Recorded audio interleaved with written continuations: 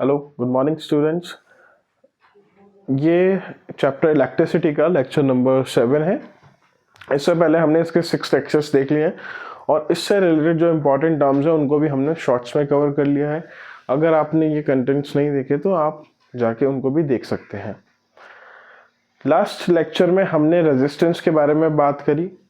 आज उसका ही एक कंटिन्यूशन में जो टॉपिक निकल के आता है जिसको हम बोलते हैं रेजिस्टिविटी, हम उसको डिस्कस करने वाले हैं। रेजिस्टिविटी सबसे पहले जो इसको हम मेंशन करते हैं, इसको नोट डाउन करते हैं। इसका जो वो होता है वो रो होता है। हम रो से इसको प्रेजेंट करते हैं कि ये रेजिस्टिविटी को शो करता है किसी भी चीज़ की, ठीक है। और दूसरी बात कि जो इसकी एसआई यूनिट होती है वो ओम्स मीटर होती है। ओम मीटर क्या होती है? ओम मीटर इसकी एसआई यूनिट होती है, ये ध्यान रखना है आपको, ठीक है। अब देखते हैं कि ये बोल क्या रहा है। रेजिस्टिविटी की डेफिनेशन क्या है, हम उसको समझते हैं। ये कह रहा है कि it is defined as the resistance of a conductor of unit length and unit area of cross section. Its SI unit is ohm metre. एक पर्टिकुलर लेंथ और एरिया ऑफ क्रॉस सेक्शन पे किसी भी मटेरियल की जो resistance रहता है उसको हम उसकी रेजिस्टिविटी कहते हैं। फॉर एग्जांपल 1 किलोग्राम और 1 लेंथ के कोई पीस है जिसपे किसी मटेरियल के जो रेजिस्टिविटी है वो 1 आ रही है, तो वो कांस्टेंट होगी कि मतलब उसका जो रेजिस्टिविटी है वो कांस्टेंट रहेगी उस लेंथ और उस एरिया ऑफ क्रॉस सेक्शन के लिए, ठीक है। तो उसको हम डेफिनेशन में कैसे बोलते हैं, इसको हम देखते हैं। इसको कैसे बोलते हैं? It is defined, it is defined as the resistance as the resistance of as a resistance of a conductor of a conductor of unit length of unit length and unit area of cross section, unit area of cross section, unit area of cross section, ठीक है। इसको क्या बोलते हैं? Resistivity बोलते हैं। और इसकी जो एसआई यूनिट है वो क्या होती है? ओम मीटर होती है, ठीक है। क्या समझ आया दमन तेरे को इससे? क्या होती है रेजिस्टिविटी? थोड़ा लाउड बोलना। It is defined as the resistance of a conductor of unit length and unit area of cross section. इसको अगर अपनी भाषा में जो तेरे को समझ आया क्या बताएगा? What is resistivity? रेजिस्टिविटी एक चीज होती है जो यूनिट लेंथ और unit area of cross section के अंदर जो एक पर्टिकुलर उसकी वैल्यू आई रेजिस्टेंस की, उसी को हम उसकी रेजिस्टिविटी कह देते हैं, है ना, ठीक है। अब इसके आगे इन्होंने कैसे समझाया? इन्होंने कहा कि जो रेजिस्टिविटी है किसी भी मटेरियल की वो डिपेंड नहीं करती है ऑन इट्स लेंथ और thickness, but depends on the nature of substance and temperature. अब यहाँ पर हमें ये समझना है कि वो एक्चुअल में उसके लेंथ पे डिपेंड नहीं कर रही है, ना उसके थिकनेस पे डिपेंड कर रही है। वो डिपेंड करती है किस फैक्टर पे? वो डिपेंड करेगी आपके एक तो नेचर की, उस मटेरियल का नेचर कैसा है जो हम यूज़ कर रहे हैं, और किस टेम्परेचर पे हम उस मटेरियल को यूज़ कर रहे हैं। तो ये चीज़ आपको ध्यान रखनी है कि जब हम रेजिस्टिविटी की बात करते हैं तो किस चीज़ पे ध्यान रखते हैं हम दमन? हम उसकी लेंथ पे ध्यान नहीं रखते हैं, ना हम उसके किस पे ध्यान रखते हैं? थिकनेस पे ध्यान रखते हैं। हम किस पे ध्यान रखेंगे? हम उसके नेचर पे ध्यान रखेंगे और उसकी टेम्परेचर, किस टेम्परेचर में हम उसको ट्रीट कर रहे हैं उस पे ध्यान रखेंगे। तो ये दोनों चीज़ें आपको ध्यान रखनी है कि जब भी हम बात कर रहे हैं रेजिस्टिविटी की, हमने डेफिनेशन में बोला कि हम बात करेंगे कि जो डिफाइन हो रहा है कंडक्टर की लेंथ और area of cross section, unit की बात करें, यूनिट ऑफ एरिया और यूनिट ऑफ क्रॉस सेक्शन की हम बात करें, लेकिन एक्चुअल में वो डिपेंड नहीं करती है लेंथ और थिकनेस पे। वो मेनली जो मटेरियल है उसके नेचर पे और उसके टेम्परेचर पे डिपेंड करती है कि उसकी रेजिस्टिविटी कितनी होगी। ये बात समझ आई? It is a characteristic property of a material of a conductor and varies only if its temperature changes. और दूसरी बात कि जो इसकी रेजिस्टिविटी है, लेंथ और एरिया अगर सेम है लेकिन अगर टेम्परेचर चेंज हो गया तो उसकी रेजिस्टिविटी भी क्या हो जाएगी? दमन क्या हो जाएगी उसकी रेजिस्टिविटी? चेंज हो जाएगी, है ना। ऐसे कैसे बैठा है, ढंग से बैठ, ढंग से बैठ, क्या पन्ने पलट रहा है बार बार, क्या, कौन सा चैप्टर, खुला नहीं अभी तक, ठीक है। तो कहने का मतलब हमारा क्या है कि हम बात कर रहे हैं कि उस पर्टिकुलर लेंथ और पर्टिकुलर एरिया क्रॉस सेक्शन पर टेम्परेचर बहुत ज़्यादा इंपॉर्टेंट है, कि जिस हिसाब से उसकी जो रेजिस्टिविटी है, जो उसका रेजिस्टेंस है, वो वेरी होता है। ये बात समझ आई। और जैसे हम बात करें insulators such as glass, rubber, ebonite etcetera have a very high resistivity. और इसके पॉइंट पे अगर हम समझें कि जो हमारे पे इंसुलेटर्स होते हैं उनकी बहुत ज़्यादा रेजिस्टिविटी होती है, ये तो हमें सबको पता है क्योंकि वो इंसुलेटर है। और जो हम बात करते हैं किसी भी कंडक्टर की, उनकी बहुत लो रेजिस्टिविटी होती है। अगर मैं कंपैरिजन करूं तो कोई भी अगर इंसुलेटर है तो उसकी 10 की पावर 12 से लेकर 10 की पावर 17 तक उसकी रेजिस्टिविटी होती है, ठीक है। ओम मीटर में रहेगी, ये तो हमें पता है कि किस में रहेगी, ओम मीटर में। और इसी में अगर मैं बात करूंगा किसी कंडक्टर की, तो उसकी जो कंडक्टिविटी होती है वो बहुत ज़्यादा कम होती है। उसकी कंडक्टिविटी होती है 10 की पावर -8 से लेके 10 की पावर -6 ओम मीटर तक। तो अब आप खुद देख सकते हैं कि कितना डिफरेंस आता है किसी इंसुलेटर में और किसी कंडक्टर में उसकी रेजिस्टिविटी को लेके। ये बात समझ आई दमन तेरे को, क्या कह रहा है, ये जो मैंने वैल्यूज लिखी इससे तुझे क्या समझ आया? इसमें वैल्यूज में दिखाते हैं कि कितना पावर उसमें और ज्यादा है ना। मतलब मेरे को समझ आ गया कि 10 की पावर 12 मतलब 10 के पीछे 12 जीरो है, इतनी ज्यादा रेजिस्टिविटी। और यहाँ पर हम 1/10 की पावर 8 लिखते हैं ना, यानी कि तो इतना कम है उसकी रेजिस्टिविटी अगर हम कंपेयर करें दोनों को। यही बात हुई, ये चीज़ क्लियर हो गई, इसमें कोई दिक्कत? अच्छा, एक चीज़ और आती है इसमें, जो डिस्कशन वाली बात है जो कि बुक में भी दे रखी है, इसको ध्यान से समझना। इन्होंने कहा है कि जो अलॉय है ना, अलॉय यहाँ पे, अब आयरन की मैंने बात कर ली, मैंने कॉपर की बात कर ली, मैंने अलग अलग पर्टिकुलर मटेरियल की तो बात कर ली, लेकिन अगर मैंने कोई अलॉय बना दिया तब तो एक्चुअल में उसकी रेजिस्टिविटी कितनी होनी चाहिए ये तो मैं समझ नहीं पाऊंगा ना, क्योंकि मैंने मिक्स कर दिया, उसमें आयरन की प्रॉपर्टीज भी आ गई और किसी और मटेरियल की भी आ गई, अगर हम मिक्स करें स्टील की आ गई।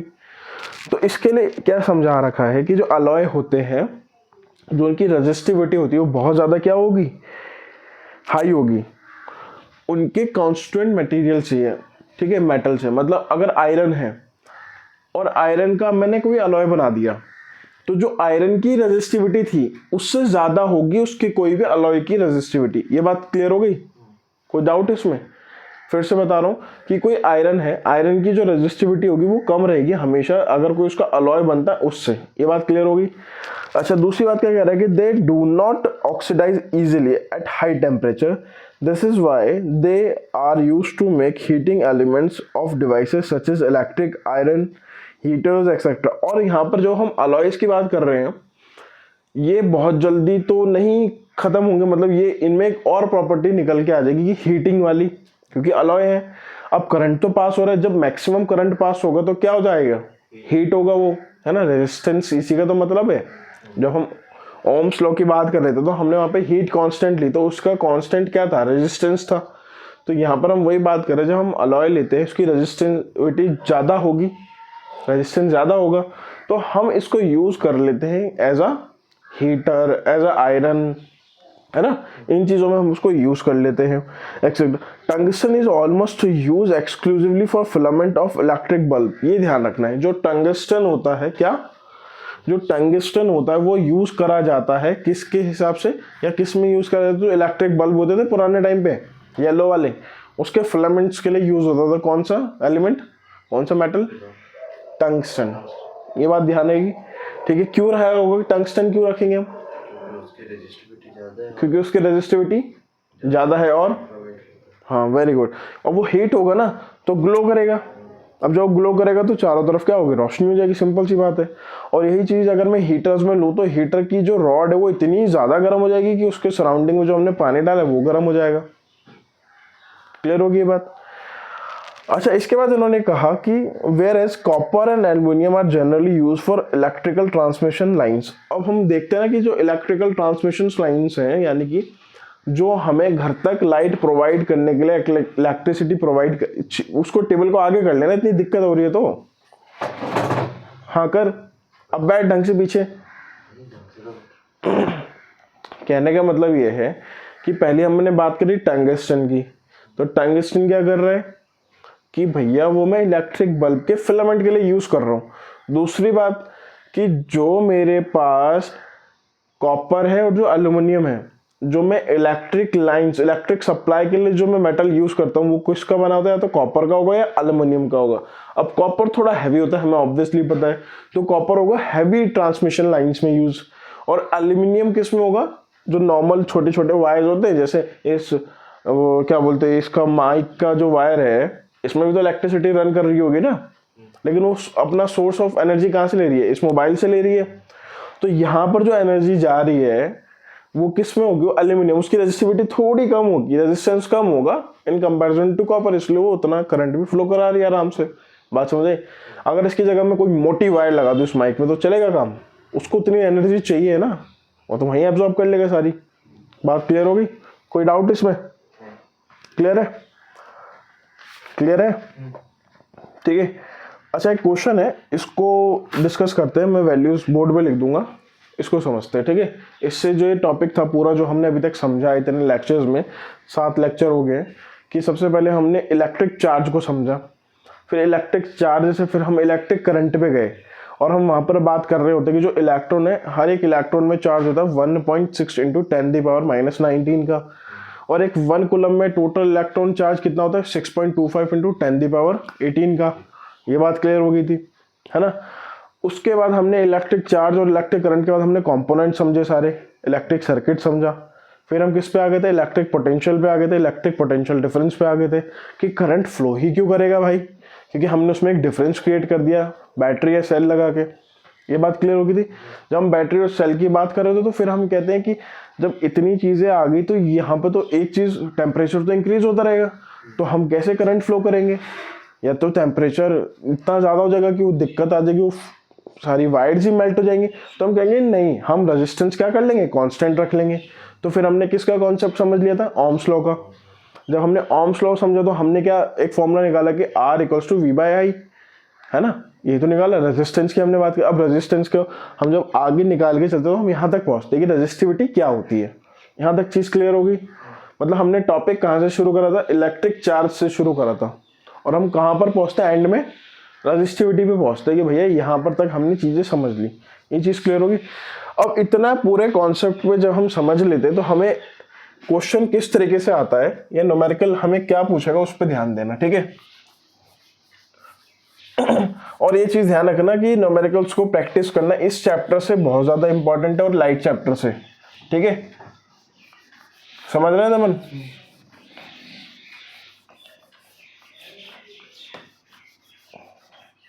अच्छा क्वेश्चन क्या कह रहा है पहले उसको देखना, फिर इसको डिस्कस करेंगे। तू भी इसको क्वेश्चन को पढ़ना, ठीक है। यह कह रहा है कि अ वायर, एक वायर है, a wire of given material, of given material having length L,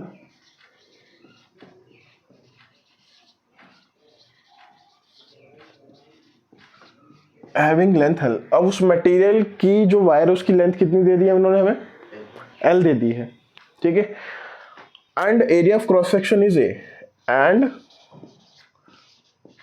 area of cross section कितना दे दिया उसने हमें, इज A। ये बात समझ आ गई, ये दोनों चीजें समझ आ गई कि जिनकी हम बात कर रहे हैं उन्होंने हमें वो मेंशन कर दिया कि वो L है और वो A है। और हमें एक चीज पता है कि अगर वो दोनों चीजें सेम हो तो हमारी रेजिस्टिविटी और रेजिस्टेंस क्या होगा उसके लिए, कांस्टेंट हो जाएगी। ये बात समझ आ गई, इसमें कोई दिक्कत हाँ है ना। अब इसके बाद उसने बोला कि has a resistance, has a resistance,